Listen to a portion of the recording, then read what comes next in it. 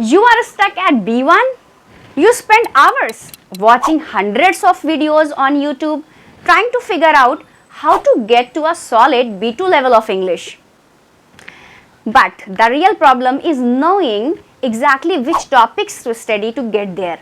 After teaching intermediate learners for almost 10 years, I have identified 13 main topics that you need to master in order to get to a solid B2 level of English. I mean advanced level of English. At least 3 times faster. So if you are tired of wasting time, here are the topics you need to master to get to a true B2 level of English. Hi everyone, my name is Shalima and welcome back to my another session of learning English and improving your English speaking skills with me. So before moving to that 13 topics, please like the video and share it with your friends too, and please subscribe the channel. So now coming back to today's lesson guys, I know all about this struggle of moving from B1 to B2, from B2 to C1 and C2. So if you are a learner who is stuck in that intermediate level, I am here to help you guys. So in today's video, we are going to talk about the exact topics you need to know to get to a solid B2 level of English. So I have broken this video down into 2 parts. We are going to be covering here first the main grammar topics you need to master at B2 level and the main vocabulary topics.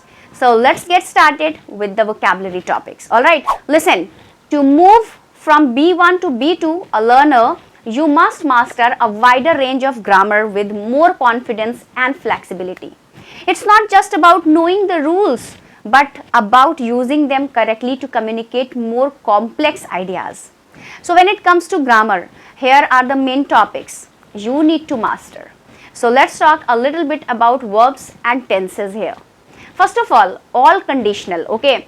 If you have any hope of getting to a solid B2 level of English, you need to master all conditionals. B2 learners can confidently use different types of conditional sentences, including mixed conditional. For example, instead of saying, if you are hungry, you can eat. A B2 learner can also say, like advanced learner also can say, if I had known you were hungry, I would have cooked dinner. You see, that is third conditional, which is much more complex and advanced. Or if she were more experienced, she wouldn't have made that mistake yesterday. So you see guys, that is mixed conditional. So if she were more experienced, that is second conditional. She wouldn't have made that mistake yesterday, that is third conditional. Okay, so putting second conditional along with the third condition in the same sentence, we call it a mixed conditional. So if you have no idea what I am talking about, that is one topic you need to master. So if you hope to get to a true B2 level of English. Now let's talk about the next topic, future forms. A B2 learners use a variety of future forms to express different levels of certainty or purpose. It's not just about will. If you only use will or won't to talk about the future, you will not get to a solid B2 level of English. You need to use other future forms. For example, you can use going to. You can use present continuous with future meaning. Or you can even say something like this. Listen, the train is due to arrive in 10 minutes. Did you hear that? The train is due to arrive in 10 minutes. This is future and it communicates certainty about the future. But you see, I'm not simply saying the train will arrive soon or the train will arrive in 10 minutes. I'm saying the train is due to arrive in 10 minutes. Really cool, isn't it? So using a variety of future forms in another trait of a solid B2 level learner, so you will get this. Next topic, you need to master modal verbs. Learners at this level can use modal verbs for deduction and speculation in the past. For instance, she didn't answer her phone. She must have been in the meeting. Let me say that again. The example, okay. She didn't answer her phone. She must have been in a meeting. What I am doing here is I am using the modal must, have and past participle. Been to communicate an idea in the past, and I am making a deduction because the fact is she didn't answer her phone. Now let me speculate about that. Let me make a deduction. She must have been in a meeting. She must have been in a meeting. That is past and I am making a deduction. You see, so it's also about being able to use modals like must, could and should. For example, in the past, are you able to use those freely and correctly? Do you use those when you speak English? If you don't, you are not at a B2 level yet. Now let's talk about the next topic. You need to master the narrative tenses. To tell a coherent story, a B2 learner effectively combines tenses like the past simple, past continuous and past perfect. So when talking about the past, if you only use past simple, for example, yesterday I went to the mall, then I had a burger. After that, I saw a movie with my family and the movie was fun. When the movie finished, I went home. You see, this is all past. It's pretty boring to tell a story like this because all I'm doing is sharing one event after the another, right? And it's just a sequence of events in the past.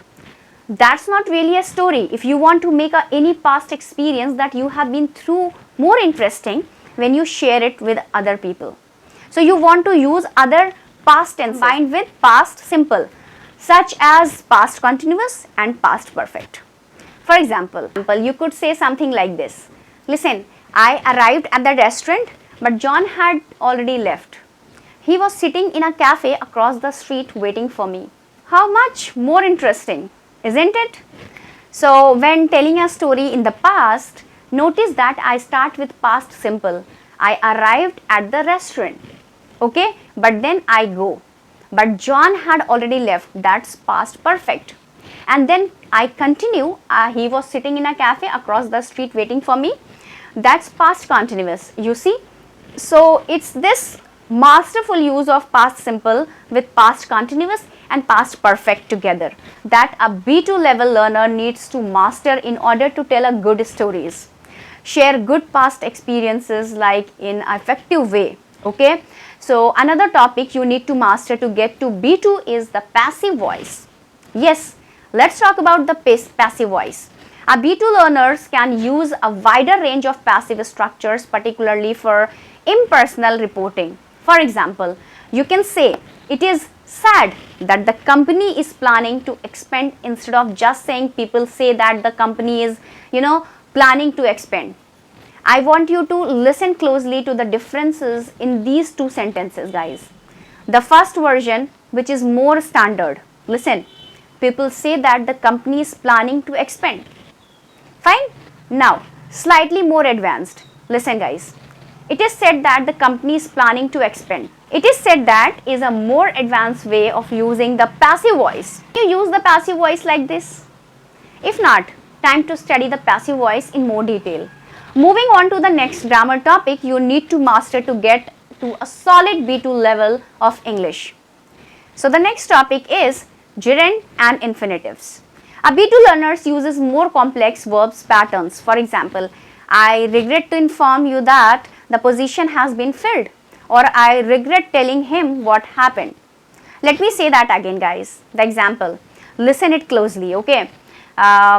These are the examples of production that we teachers expect from a B2 level learners. Okay, I regret to inform you that the position has been filled. I regret telling him what happened. Really cool, isn't it?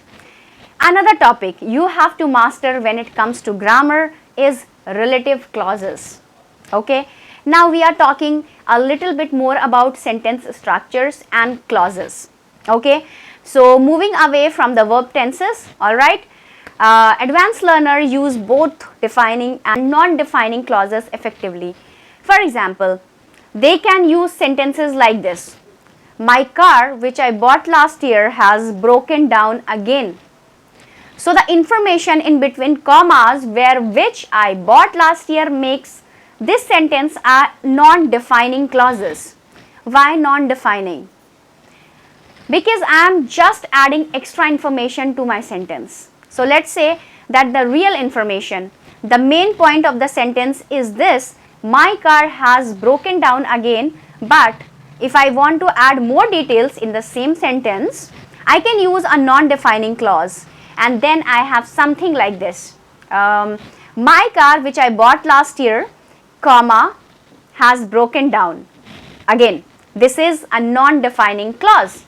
When it comes to defining or non-defining clauses, you have to be familiar with the connecting ideas in your sentences using who, which, that, when, where, whose, even, whom. Alright, so which is even more advanced. So if that is a topic right now as you are listening to me, if you go like, then I have no idea how to do that. So it's time to get the books and start studying this. Okay, alright. Now, then we have the next topics, guys. Report a speech. Learners at B2 level can report what was said using a variety of verbs beyond just say and ask. So yes, you are able to say something like this. He said that blah blah blah. She asked if blah blah blah. That's fine. But you can also use other reporting verbs. For example, the verb admit. Listen guys, she admitted to making a mistake. She admitted to making a mistake. Or even the verb claim. He claimed that he had not been informed. He claimed that he had not been informed. Hopefully you can get a taste, a feel of what B2 level English sounds like in terms of grammar. Finally, another grammar topic you need to master is linking words and cohesive advices. Our B2 learners use a variety of words and phrases to organize their ideas logically within the cross sentences, guys. For example, they can use although and in addition to link ideas in easy or use pronouns to refer back to a noun to avoid repetition. Aside from although and in addition, there are other more advanced linking words that B2 learners need to know and be able to use, like furthermore, moreover, however, nevertheless, nonetheless, and another hand due to owing to, or for example, for instance, such as, namely, in sum, or to sum up, in conclusion. You see, I can go on and on here. So listing all the possible linking words and cohesive devices B2 learners need to know and needs to know how to use effectively in text and even more formal presentations. Alright, now we have just covered the main grammar topics you need to master in order to get a B2. Now let's move to vocabulary and talk a little bit about vocabulary topics. I mean, what kind of vocabulary you need to master in order to get to a B2? So guys, a B2 level requires expanding vocabulary beyond basic words to include more sophisticated natural sounding language. Talking about the general vocabulary. First, listen guys, learners should have a broad vocabulary. Broad means large, wide. Why? In order to be able to discuss a wide range of subjects for everyday life to more abstract and technical topics. For example, a B2 level learner is able to discuss topics like environmental sustainability or even social economic factors. So you see, I have already covered this before in previous episodes, like in my previous videos, but the key for you to move to B2, C1 and C2 and higher levels like that is about being able to advance more abstract topics. So it's not only about talking about your routine, your everyday activities at work or whatever. You know, you also need to discuss or be able to discuss topics like this that are more abstract, environmental and sustainability and social economic factors, technology and its relationship with human work. For example, why? Because abstract topic naturally requires more language. You know, you need to know more language in order to successfully discuss these topics. Share your opinions about them. If you have very limited language, when it comes to grammar and vocabulary, you are not going to be able to engage in a conversation or discussion about these more abstract topics. And the higher you get in terms of level, the more advanced you become. The more comfortable you should be discussing these topics and that are more complex, more advanced, more abstract. So still of vocabulary, we have phrasal verbs and collocations. So this is a key area of improvement. So instead of using simple verbs, B2 learners should incorporate common phrasal verbs and collocations. For example, instead of she started a new hobby, they might say she took up a new hobby. For collocation, instead of I did a mistake, they know that the correct way is I made a mistake, right? So you see, so listen closely guys, all these things, these are all hints and clues I'm giving you here of what language at B2 level looks like. So we also have word formation. This is actually one of my favorite topic to teach. I love teaching word formation because word formation is basically about being able to transform a word in other classes, in other word classes, simply by changing the prefix and suffix.